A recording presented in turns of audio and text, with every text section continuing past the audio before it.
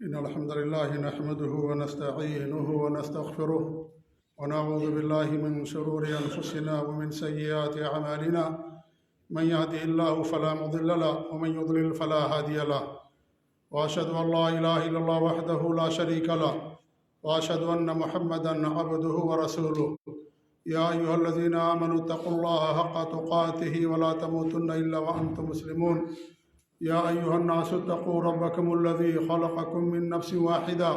وخلق منها زوجها وبث منهما رجالا كثيرا ونساء واتقوا الله الذي تساءلون به والأرحام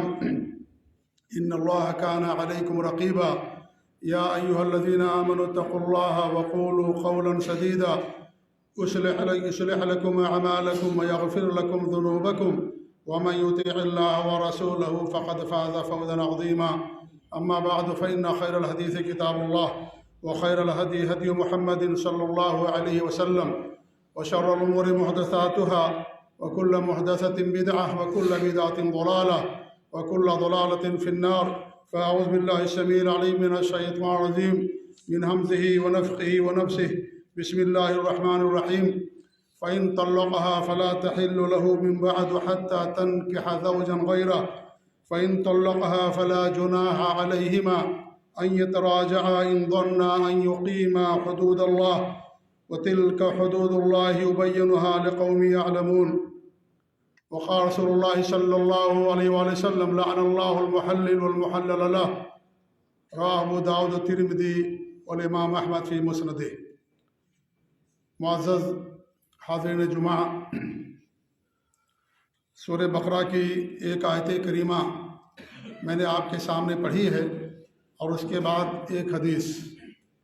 اس آیت کریمہ میں اللہ رب العالمین نے ایک مسئلہ بیان کیا ہے اور اس کا تعلق ہے طلاق سے. اور وہ مسئلہ یہ ہے، اللہ تعالیٰ فرماتا ہے کہ اگر کوئی آدمی، اللہ کے کلام کی معانی کا ترجمہ یہ ہے فَإِن طَلَّقَهَا فَلَا تَحِلُّ لَهُ مِن بَعْدُ حَتَّى تَنكِحَ زَوْجًا غَيْرَهُ. کوئی آدمی اپنی بیوی کو 2 طلاق کے بعد دیگرے دے دے، اس کے بعد جب تیسری طلاق دیتا ہے تو تیسری طلاق دینے کے بعد اللہ فرماتا ہے کہ وہ عورت اس کے لیے حلال نہیں ہوگی جب تک کہ وہ کسی دوسرے مرد سے اس کا نکاح نہ کر دیا جائے. اور صرف نکاح کرنا بھی کافی نہیں ہوگا. حدیث کے اندر بیان کیا گیا ہے کہ جب تک وہ دونوں آپس میں جو میاں بیوی کے تعلقات ہوتے ہیں ان دونوں کے آپس میں قائم نہ ہو جائیں، اس وقت تک وہ عورت دوسرے کے لیے حلال نہیں ہوتی ہے. پھر اللہ فرماتا فَإِن طَلَّقَهَا، اب یہ آدمی جو دوسرا شوہر ہے جس کے ساتھ اس کا نکاح کر دیا گیا اور نکاح دونوں نے اس نیت سے کیا کہ ہمیشہ ساتھ میں رہیں گے، لیکن پھر نا اتفاقی ہو گئی، پھر لڑائی جھگڑا ہو گیا اور پھر کئی سالوں یا کئی مہینوں کے بعد اس نے طلاق دے دیا دوسرے شوہر نے، تو اللہ فرماتا ہے فلا جناح علیہما، اب پرانے شوہر اور اس عورت کے درمیان یا ان پر کوئی حرج نہیں ان یتراجعا، کہ دونوں پھر آپس میں لوٹ جائیں یا آپس میں نکاح کر لیں. ان ظنا ان یقیما حدود اللہ، اگر ان دونوں کو یقین ہے یا غالب گمان ہے کہ وہ اللہ تعالیٰ کے حدود کو قائم کریں گے، میاں بیوی کے جو حقوق ہوتے ہیں دونوں ایک دوسرے کو ادا کریں گے، اگر یہ غالب گمان اور یقین ہے تو کوئی حرج نہیں ہے کہ یہ عورت اپنے پرانے پہلے شوہر کی طرف آ جائے اور پھر دونوں کا آپس میں نکاح کر دیا جائے. اللہ فرماتا وَتِلْكَ حُدُودُ اللَّهِ يُبَيِّنُهَا لِقَوْمٍ يَعْلَمُونَ، یہ اللہ تعالیٰ کی حدود ہیں جو اللہ تعالیٰ بیان کرتا ہے ان قوموں کے لیے جو علم والے ہیں، جاننے والے. اس آیت کریمہ میں اللہ رب العالمین نے واضح طور پر، صاف طور پر ایک مسئلہ بیان کیا ہے، اور وہ مسئلہ یہ ہے جیسا کہ میں نے وضاحت کے طور پر بیان کیا کہ اگر کوئی آدمی اپنی بیوی کو 2 طلاق دے دیتا ہے، ایک کے بعد دیگرے، ایک ساتھ نہیں، ایک کے بعد دیگرے، اور اس کے بعد پھر تیسری طلاق دے دیتا ہے، تو تیسری طلاق دینے کے بعد وہ عورت اس کے اوپر حرام ہو جاتی ہے. اب وہ عورت اس کے لیے کیسے حلال ہوگی؟ وہ اللہ رب العالمین نے اس آیت کریمہ کے اندر بیان کیا ہے. کیا اللہ نے بیان کیا ہے؟ اللہ یہ بیان کرتا ہے کہ اب یہ عورت اپنے پرانے شوہر کے لیے حرام ہو گئی. اب اس کا اس کے ساتھ نکاح نہیں ہو سکتا۔ ایک صورت میں نکاح ہو سکتا ہے کہ اس عورت کی شادی کہیں اور کر دی جائے، اور جب شادی ہو تو دونوں کی نیت ہو کہ دونوں ہمیشہ ساتھ رہیں گے، باقاعدہ گواہ ہوں، مہر ہو، ولی کی اجازت ہو، عورت کی رضامندی ہو، جیسے عام نکاح کیا جاتا ہے اسی یہ بھی نکاح کر دیا جائے اس عورت کا۔ اب یہ دونوں ساتھ رہتے ہیں اور ساتھ رہنے کی وجہ سے میاں بیوی ہیں، انسان ہیں، پھر دونوں میں لڑائی ہو گئی، پھر دونوں میں جھگڑا ہو گیا، نہ اتفاقی ہو گئی، اب پھر مرد نے اس کو طلاق دے دیا، نہ اتفاقی ہو گئی، یا عورت نے خلا لے لیا مان لیجئے، یا مان لیجئے مرد کا انتقال ہو گیا، اب عدت گزر گئی، اگر مرد نے طلاق دے دیا، طلاق دینے کے بعد عدت گزر گئی، یا عورت نے خلا لے لیا، خلا کے بعد ایک حیض عدت ہوتی ہے وہ عدت گزر گئی، یا نئے شوہر کا انتقال ہو گیا اور انتقال کے بعد 4 مہینہ 10 دن عدت ہوتی ہے، یہ عدت گزر گئی۔ اب اگر وہ اپنے پرانے شوہر کے پاس آنا چاہے تو پرانے شوہر کے پاس آ سکتی ہے۔ یہ قرآن میں اللہ رب العالمین نے اس بات کو بیان کیا ہے۔ حدیث کے اندر ایک صحابیہ ہیں اور وہ کیا نام ہے، ان کے ساتھ یہی معاملہ ہو گیا تھا، ان کو 3 طلاق دے دی گئی ایک کے بعد دیگر، اور اس کے بعد وہ ان کا نکاح بھی دوسری جگہ کر دیا گیا۔ وہ اپنے پرانے شوہر کے پاس واپس ہونا چاہ رہی تھی تو ہمارے نبی نے کہا کہ نہیں، جب تک کہ دونوں میاں بیوی ایک دوسرے کا ذائقہ نہیں چکھ لیں گے، جو میاں بیوی کے تعلقات ہوتے ہیں قائم نہیں کر لیں گے، جب تک وہ پرانے شوہر کے لیے حلال نہیں ہوگی۔ وہ گرچہ قرآن کی آیت میں نہیں بیان کیا گیا لیکن حدیث میں نبی نے بیان کیا، اور حدیث قرآن کا بیان ہے۔ قرآن کو ہم حدیث کی روشنی میں سمجھیں گے، قرآن کی تفسیر حدیث کی روشنی میں کی جائے گی، لہذا اس آیت کا مطلب یہ ہوا کہ اگر نکاح اس کا کر دیا گیا اور دونوں کے آپس میں تعلقات قائم نہیں ہوئے تو ایسی صورت میں وہ عورت پرانے شوہر کے لیے حلال نہیں ہوگی۔ یہ ضروری ہے کہ دونوں کے آپس میں تعلقات قائم ہوں اور نکاح بھی ہو، نکاح شرعی ہو، یعنی دونوں کے نکاح کے لیے گواہ موجود ہوں، مہر ہو، باقاعدہ اعلان ہو، عورت اور مرد کی رضامندی ہو، اس کے بعد جو نکاح ہوتا ہے اس نکاح کے بعد اب دونوں کا آپس میں اتفاق ہوگی، دونوں کے آپس میں ملاقات ہو گئی، میاں بیوی کے تعلقات قائم ہو گئے۔ اب اگر وہ چھوڑنا چاہے کسی وجہ سے کہ دونوں میں جم نہیں رہی ہے، دونوں میں اتفاقی پیدا ہوگی، ایسی صورت میں وہ طلاق دے دے تو پہلے شوہر کے لیے عورت حلال ہوگی۔ کتنا صاف اور کتنا واضح معاملہ ہے، کتنا واضح مسئلہ ہے، لیکن میرے بھائیوں برا ہے ان لوگوں کے لیے جنہوں نے قرآن کی آیت کی ایسی بری تفسیر کی ہے، ایسی غلط تفسیر کی کہ اس قرآن کریم کی آیت سے لوگوں نے حلالہ کو جائز قرار دے دیا۔ اتنی بری تفسیر، اس کا غلط معنی بیان کیا ہمارے ملک کے ملاؤں نے کہ انہوں نے قرآن کی آیت کریمہ سے حلالہ کو ثابت کیا کہ اللہ تعالیٰ کہتا ہے کہ اس کا نکاح کر دیا جائے، لہذا ہمارے یہاں کیا کرتے ہیں، کوئی آدمی کسی اپنی بیوی کو 3 طلاق دیتا ہے تو مفتی کے پاس جاتے ہیں تو مفتی فوراً حکم دیتا ہے کہ بھائی اس کا حلالہ کرنا پڑے گا۔ 3 طلاق دے دیا، تمہاری بیوی تمہارے لیے حلال نہیں ہوگی جب تک کہ تم اس کو ایک رات کے لیے کسی دوسرے مرد کے پاس نہیں بھیجو گے، جب تک کہ اس کا نکاح دوسرے مرد کے ساتھ نہیں کر دو گے، ایک رات کے لیے یا چند راتوں کے لیے یا چند گھنٹوں کے لیے، اس وقت تک کی بیوی تمہارے لیے حلال نہیں ہوگی۔ اور قرآن کریم کی آیت کریمہ کو حوالہ دے کر کے لوگ باقاعدہ اس عمل کو جائز کرتے ہیں۔ نعوذ باللہ من ذالک۔ قرآن اللہ کا سچا کلام ہے، پاک کلام ہے، اللہ پاک ہے، دین ہمارا پاک ہے، نبی پاک ہے، مومن اور مسلمان پاک ہیں، لہذا قرآن کریم کے اندر یا دین کے اندر یہ زناکاری، نجس اور حرام چیز کی اجازت قطعاً نہیں ہو سکتی ہے۔ یہ حرام ہے، یہ زمانے جاہلیت کا عمل تھا جسے آج حلالہ کہا جاتا ہے۔ ہمارے نبی صلی اللہ علیہ وسلم نے اس سے لوگوں کو منع کیا، اور میں اس لیے مسئلہ بیان کر رہا ہوں کہ یہ مسئلہ واقع ہوتا ہے۔ آپ کی اسکیم کے اندر بھی مجھ سے لوگوں نے سوال کیا، ان کے ساتھ معاملہ ہوا، اور ہر مہینے میرے پاس 2-3 کیس ایسے ضرور آتے ہیں کہ کسی نے اپنی بیوی کو 3 طلاق دے دیا اور اپنے ملک کے مفتی سے سوال کیا، وہ کہتا ہے کہ تمہیں اپنی بیوی کو دوسرے سے ایک رات کے لیے بھیجنا پڑے گا، حلالہ کروانا پڑے گا۔ لوگ بیچارے ہمارے پاس بھاگتے ہوئے آتے ہیں۔ اس لیے مسئلہ صرف کتابی نہیں ہے، صرف تحریر کے اندر نہیں، واقع ہے یہ مسئلہ۔ میدان میں چیز پائی جاتی ہے، کثرت سے چیز ہوتی ہے۔ اور افسوس یہ ہے کہ ہمارے ہاں ایسے لوگوں کو تیار رکھا گیا ہے، باقاعدہ سینٹر بنائے گئے ہیں جہاں پر آدمی اپنی بیوی کو اگر 3 طلاق دے دیتا ہے تو ایک رات کے لیے وہاں بھیج دیا جاتا ہے، صبح جا کر کے اپنی بیوی کو لے کر کے چلا آتا ہے اور کہتے ہیں ہم اس کی مدد کرتے ہیں، نعوذ باللہ۔ ہاں، یہ مدد ہے، زناکاری کے اندر مدد ہے، یہ حرام کاری کے اندر مدد ہے، یہ شریعت اور سنت کے اندر مدد نہیں ہے، یہ حرام چیز ہے میرے بھائیوں۔ اللہ کے رسول صلی اللہ علیہ وسلم کی حدیث ہے، لعن اللہ المحلل والمحلل لہ، اللہ کی لعنت ہوتی ہے جو حلال کرتا ہے اور جس کے لیے حلال کیا جاتا ہے، دونوں پر اللہ رب العالمین کی لعنت ہوتی ہے، دونوں اللہ کی رحمت سے بھگا دیے جاتے ہیں، اللہ کی رحمت سے دور کر دیے جاتے ہیں۔ ہمارے نبی کی حدیث آپ صلی اللہ علیہ وسلم نے اس کو ادھار سانڈ قرار دیا ہے،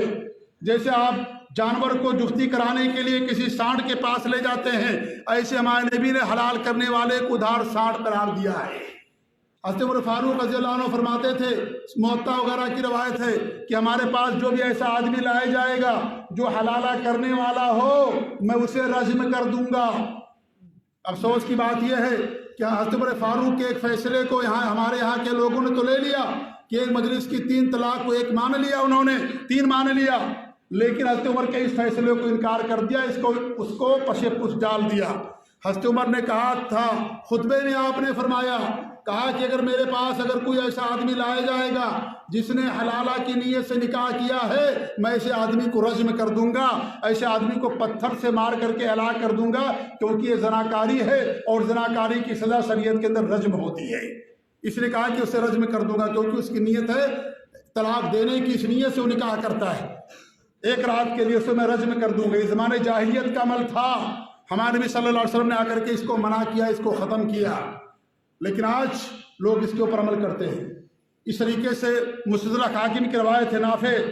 تابعی ہیں، ابن عمر سے فرماتے ہیں، ابن عمر رضی اللہ عنہ کے پاس ایک شخص آتا ہے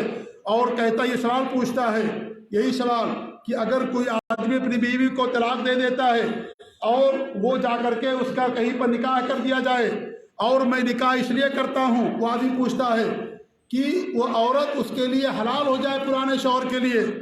پرانے شوہر نے مجھ سے یہ نہیں کہا ہے، نہ ان کے گھر والوں نے کہا ہے، میری نیت ہے، میں اس نیت سے نکاح کر رہا ہوں کہ وہ عورت اس کے لیے حلال ہو جائے پرانے شوہر کے لیے۔ تو حضرت عبداللہ بن عمر نے فرمایا نہیں، غلط ہے یہ، تم نکاح کرو اس نیت سے کہ ہمیشہ ساتھ رہو گے، پھر اگر نہ اتفاقی ہو جائے اور تم طلاق دے دو، عدت گزر جائے تو وہ بیوی پرانے شوہر کے لیے حلال ہوگی۔ اور اگر تم اس نیت سے نکاح کرو کہ میں اس عورت کو پرانے شوہر کے لیے حلال کر رہا ہوں، یہ تمہاری نیت ہے، اگرچہ پرانے شوہر نے تم سے کچھ نہیں کہا ہے، کوئی سودا نہیں ہوا، کوئی معاہدہ طے نہیں کیا گیا، نہ اس نے کہا کہ بیوی کو ہمارے لیے حلال کرنا، لیکن تمہاری صرف نیت ہے۔ تو عبداللہ بن فرماتے ہیں کسی اللہ کے رسول میں ہم زناکاری سمجھتے تھے، یہ زناکاری ہے، یہ حرام ہے، یہ ناجائز ہے، یہ قطعاً جائز نہیں۔ میرے بھائی تمام نصوص کو چھوڑ کر کے، احادیث کو چھوڑ کر کے قرآن کریم کا غلط معنی، اس کی غلط تفسیر ہمارے یہاں لوگ بیان کرتے ہیں۔ حالانکہ حلالہ یہ زمانے جاہلیت کا عمل ہے، اور حلالہ اور اس طریقے سے نکاح کرنے کے اندر بہت فرق ہے میرے بھائیوں، بہت زیادہ فرق ہے دونوں کے اندر۔ لوگ اسے نکاح کا نام دیتے ہیں، وہ نکاح نہیں ہے وہ، بلکہ وہ زناکاری ہے، وہ ملعون لعنتی عمل ہے یہ۔ اور ایک واقعہ مجھے یاد آ رہا ہے، مصر کے ایک عالم تھے علامہ رشید رضا، وہ لبنان گئے اور لبنان میں ان کی ایک عیسائی سے ملاقات ہوئی، کرسچین جو پہلے تھا بعد میں مسلمان ہو گیا، اس آدمی سے ملاقات ہوئی۔ لبنان کے لوگ عربی بولتے ہیں، عربی ہے وہاں پر زبان ہے، تو اس آدمی نے آ کر کے کہا کہ ہمیں اسلام بہت پیارا لگتا ہے، میں مسلمان ہوں، لیکن اسلام کی ایک چیز مجھے بہت ناپسند ہے، مجھے نہیں اچھی لگتی ہے۔ کہا کیا بات ہے؟ اس نے کہا کہ اسلام کے اندر یہ ہے کہ اگر کوئی آدمی اپنی بیوی کو 3 طلاق دے دے تو پھر اس کو ایک رات کے لیے حلالہ کروایا جاتا ہے اور پھر وہ اپنے پرانے شوہر کے پاس آ جاتی ہے، اس کے لیے حلال ہو جاتی ہے۔ تو علامہ رشید رضا نے کہا کہ اسلام کے اندر یہ نہیں ہے، یہ حرام ہے، یہ زناکاری ہے، ناجائز ہے۔ وہ کہتا ہے کہ میری فطرت یہی کہتی تھی کہ چیز ناجائز ہوگی، کیونکہ یہ زناکاری ہی ہے جس کا حلالہ نام دے کر کے حلال کر لیا گیا ہے، لیکن فطرت اسے زناکاری ہی مانتی ہے۔ اس لیے میری فطرت یہی کہتی تھی ایک چیز اسلام جیسے پاکیزہ دین کے اندر نہیں ہو سکتی ہے۔ آپ نے میرے مسئلے کو حل کر دیا اور یہ بتا دیا کہ چیز شریعت کے اندر حرام اور ناجائز۔ ہمارے یہاں لوگ کرتے ہیں میرے بھائیوں، لیکن افسوس یہ ہے کہ جب ان کے گھروں کا معاملہ آتا ہے، ان کی بیٹیوں اور ان کی اپنی بہوؤں کا اور ماؤں کا معاملہ آتا ہے، وہ اہل حدیث مولویوں کے پاس بھیجتے ہیں۔ یہ بھی بڑا المیہ ہے میرے بھائیوں۔ کتنے لوگ اسی مسئلے کی بنا پر اہل حدیث ہو جاتے ہیں، کیونکہ اہل حدیث کا منہج ہے کتاب اللہ سنت رسول سلف صالحین کے عقیدے کے مطابق اور فہم کے مطابق قرآن و حدیث کو سمجھنا۔ ہمارے بہت بڑے استاد تھے علامہ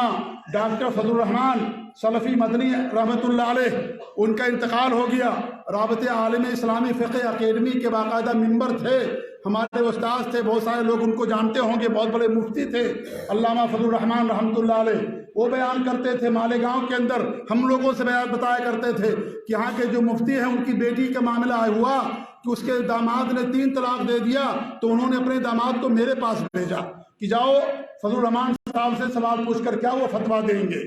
جب ان کا اپنا معاملہ ہوتا ہے تو دوسروں کے پاس بھیجتے ہیں، دوسروں کی عزتوں کا معاملہ ہوتا ہے، بہو اور بیٹیوں کا معاملہ ہوتا ہے تو فوراً حلالہ کرنے کی تعلیم دیتے ہیں۔ میرے بھائیوں، یہ حرام ہے شریعت کے اندر، یہ زناکاری اور عزت کا نیلام کرنا ہے۔ یہ انسان کی غیرت کیسے گوارا کرتی ہے کہ اپنی بیوی کو ایک رات کے لیے دوسرے مرد کے ساتھ بھیج دیتا ہے۔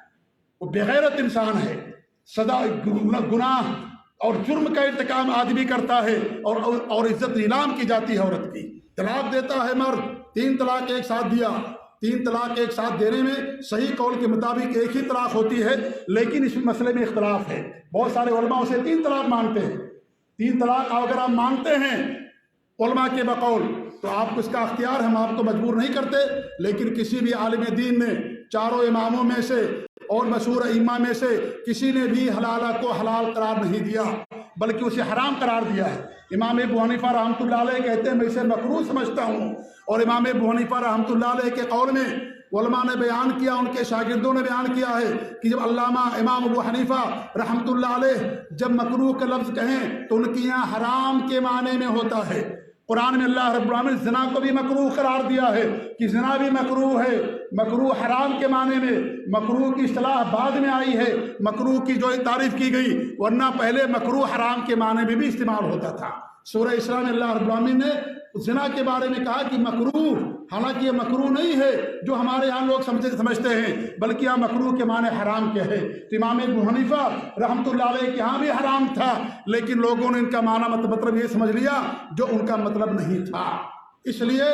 آج ایک بڑی تعداد ہے میرے بھائیوں جو اس چیز کو حلال کرتی ہے، جبکہ شریعت کے اندر حرام و ناجائز ہے۔ اور میں بتا یہ رہا تھا کہ حلالہ جو زناکاری ہی کی ایک ترقی یافتہ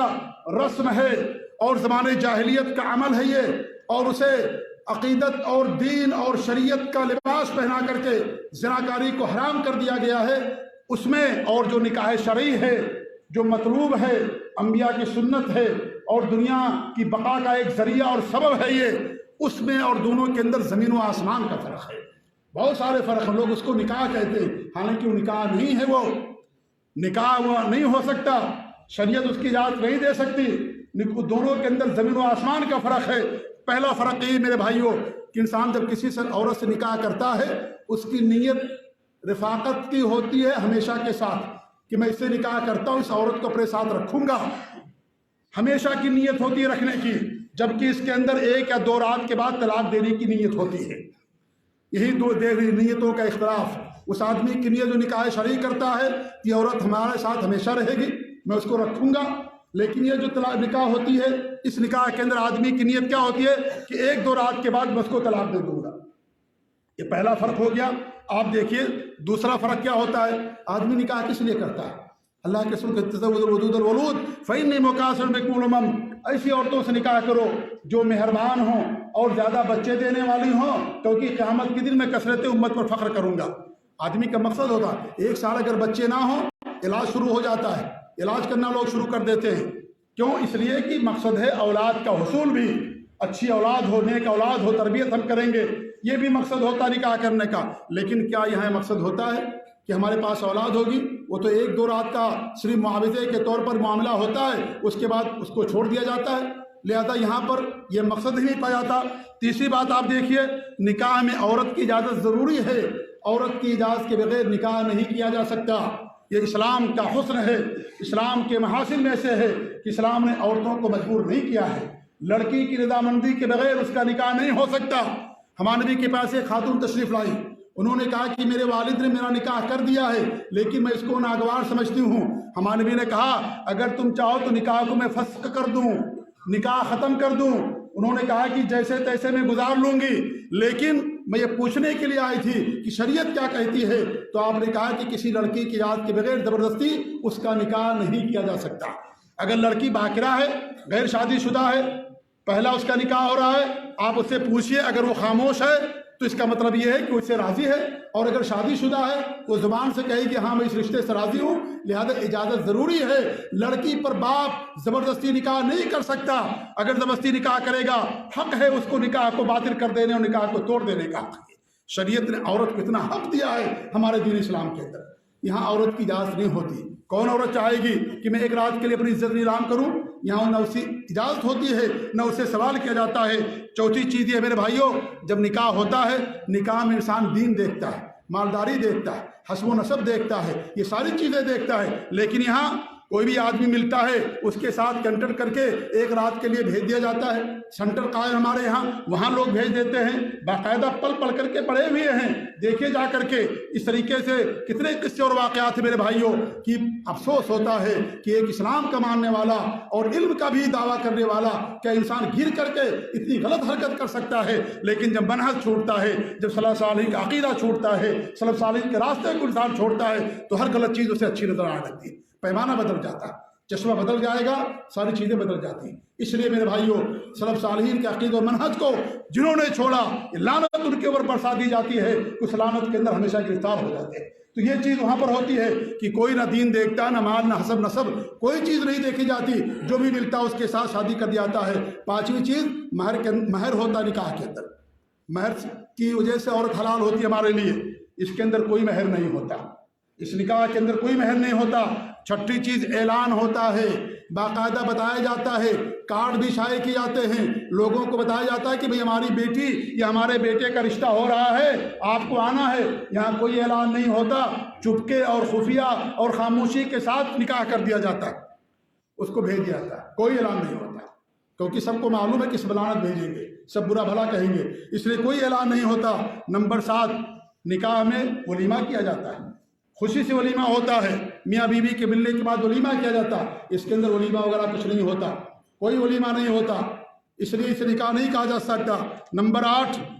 لڑکی کی جب رخصتی ہوتی ہے، بڑی عزت کے ساتھ، وقار کے ساتھ لڑکی کو رخصت کیا جاتا ہے، اسے باقاعدہ کپڑے پہنا جاتے ہیں، اس کو سنوارا جاتا ہے۔ اور یہاں سنوارنے بھی ہمارے یہاں لوگ، بہت سارے لوگ ایسے ہیں جو شرعی طریقے سے امور کر جاتے ہیں، ناجائز طریقے سے عورت کو سنوارتے ہیں، اور جو حرام چیز ہے اس کا بھی ارتکاب کر لیتے ہیں۔ یہ چیز غلط ہے، لیکن یہ ضرور ہے کہ عورت کو تیار کیا جائے، اس کو اچھے لباس پہنائے جائیں، اچھے کپڑے پہنائے جائیں، اور شریعت کے دائرے میں رہ کر کے اس کے لیے باقاعدہ اس کو تیار کیا جائے۔ لیکن یہاں ایسا کچھ نہیں ہوتا، نہ اس کو تیار کیا جاتا ہے اور نہ کچھ کی جاتی ہے۔ نویں چیز یہ، جب عورت رخصتی ہوتی ہے عورت کی، لوگ دعائیں دیتے ہیں، لوگ دعائیں دیتے ہیں، شادی ہوتی ہے دعا دی جاتی ہے کہ اللہ تعالیٰ برکت دے رشتے کے اندر، خیر کا معاملہ فرمائے، باقاعدہ دعائیں دی جاتی ہیں۔ یہاں اسلام کی کوئی چیز نہیں ہوتی۔ نمبر 10 میرے بھائیوں، نان نفقہ کس کے اوپر ہوتا ہے؟ مرد کے اوپر ہوتا ہے۔ یہاں نان نفقہ مرد کے اوپر نہیں بلکہ مرد معاوضہ لیتا ہے۔ یہ جو سانڈ ہوتا ہے، سانڈ میں سانڈ ہی کہوں گا کیونکہ نبی نے اس کو سانڈ قرار دیا ہے۔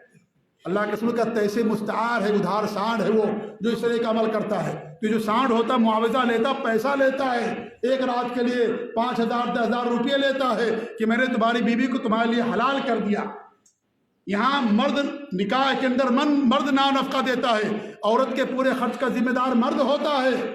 اس کا گھر، اس کی رہائش، علاج، نان نفقہ تمام چیزیں مرد دیتا ہے۔ یہاں مرد اس سے الٹا پیسہ لیتا ہے اور اس کے باقاعدہ معاوضہ طے ہوتا ہے، کتنا معاوضہ آپ دیں گے تو میں آپ کی بیوی کو آپ کے لیے حلال کر دوں گا۔ 11ویں چیز کیا ہوتی ہے میرے بھائیوں کہ پورا خاندان جب نکاح ہوتا، شرعی نکاح، پورا خاندان خوشی اور مسرت سے سرشار ہوتا ہے، سب خوش ہوتے ہیں۔ یہاں پر کیا ہوتا ہے؟ سب کے چہروں پر لعنت برستی ہوتی ہے، عورت کو گھسیٹ کر لا کر کے، اور اس کو جو ہے جس آدمی کے ساتھ اس کا نکاح کیا جاتا ہے لا کر کے وہاں اس کو چھوڑ دیتے ہیں، نفرت و حقارت سے دیکھا جاتا ہے۔ یہ تمام چیزیں ہوتی ہیں۔ لہذا میرے بھائیوں، یہ جو حلالہ ہے یہ حرام ہے شریعت کے اندر۔ اپنی عزتوں کو، بیویوں کی عزتوں کو نیلام مت کیجیے، ایسے مولویوں کے چکر میں مت پڑیے جو مال باطل طریقے سے کھاتے ہیں۔ اللہ رب العالمین نے ایسے لوگوں کو علماء سوء قرار دیا ہے۔ برے علماء ہیں یہ، ہیں علماء لیکن برائی کے علماء ہیں یہ، بددینی کے علماء ہیں یہ، کتاب اللہ اور سنت رسول کے علماء نہیں ہے یہ جو حلالہ کو جائز قرار دے۔ کسی بھی چاروں مذہب کی میں بات کرتا ہوں، جو چاروں مذہب کی باتیں کہی جاتی ہیں، کسی بھی مذہب کے اندر حلالہ کو حرام نہیں قرار دیا گیا ہے۔ ان کے اماموں نے اس کو حرام قرار دیا ہے، حرام قرار دیا، لیکن ان کے ماننے والوں نے، کچھ لوگوں نے اس کو حلال کر لیا۔ لہذا میرے بھائی حرام ہے شریعت کے اندر۔ ایک مومن سے قطعاً یہ گوارا نہیں کیا جا سکتا کہ ایک مومن اپنی عورت کی عزت کو نیلام کرے گا۔ ہم تو اتنے بھی غیرت مند مرد ہوتا ہے کہ اگر کوئی دوسرا آدمی اس کو دیکھ لے تو اسے برداشت نہیں ہوتا، اور یہاں ایک رات کے لیے باقاعدہ اس کو بھیج جاتا ہے۔ اور میرے بھائیوں، میں تو سمجھ رہا تھا کہ شاید اس کے اندر کچھ تخفیف ہوگی۔ ابھی جو حالات ہیں، خاص طور سے ہندوستان کے حالات کہ کس طریقے سے مار پڑ رہی حکومت کی، ابھی 10 یا 11 دن کی بات ہے، میرے پاس ایک آدمی آیا، ان کی سیلون ہے یہاں جبیل کے اندر، اور انہوں نے اپنی بیوی کو 3 طلاق دے دیا تھا۔ ان کے ماموں کے لڑکے مفتی ہیں، دیوبند سے افتاء کا انہوں نے کر رکھا ہے، ان سے باقاعدہ سوال کیا، انہوں نے کہا کہ آپ کو ایک رات کے لیے اس کو بھیجنا پڑے گا، حلالہ کروانا پڑے گا۔ مجھے لے کر کے گیا، وہ آدمی گواہ ہے، ممبر رسول میں بول رہا ہوں، مصابی کا نام بھی جانتا ہوں، لیکن میں نام نہیں لے سکتا کیونکہ اس میں تشہیر اور اس کی بے عزتی کی بات ہے۔ میں اس کے پاس گیا، 2-3 گھنٹے اس کے پاس بیٹھا رہا، اس نے ٹیلی فون لگایا، لگانے کے بعد میری مفتی سے بات ہوئی، میں نے یہ ساری نصوص اور ساری آیتیں اور ساری حدیثیں اس کو سنائی، لیکن اس کے باوجود بھی اس نے کہا کہ ہمارے مسلک کے اندر ہے، لہذا ہم اس کو کریں گے۔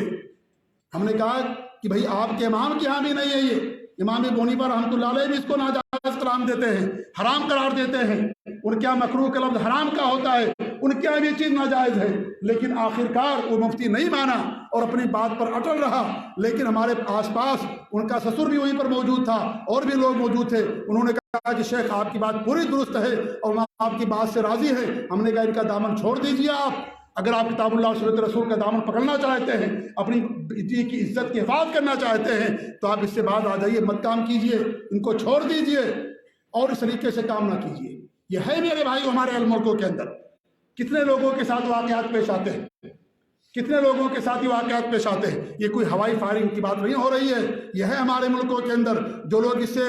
سابقہ پڑا ہوگا وہ اس بات کو حقیقت کے ساتھ جانتے ہوں گے کہ یہ چیز ہمارے ملکوں کے اندر پائی جاتی ہے اور باقاعدہ اس طریقے سے حلالہ کروایا جاتا ہے۔ اس کا نام حلالہ دے دیا لوگوں نے، حالانکہ وہ شریعت کے اندر حرام اور زناکاری اور ناجائز ہے، فطرت گوارا نہیں کرتی، شریعت نے اس کو حرام اور ناجائز قرار دیا، جاہلی عمل اسے قرار دیا۔ لہذا میرے بھائیوں، اتنا سب سننے کے باوجود بھی اب اگر کوئی آدمی اس طریقے سے کرتا ہے تو اب کیا کیا جائے گا اس کو؟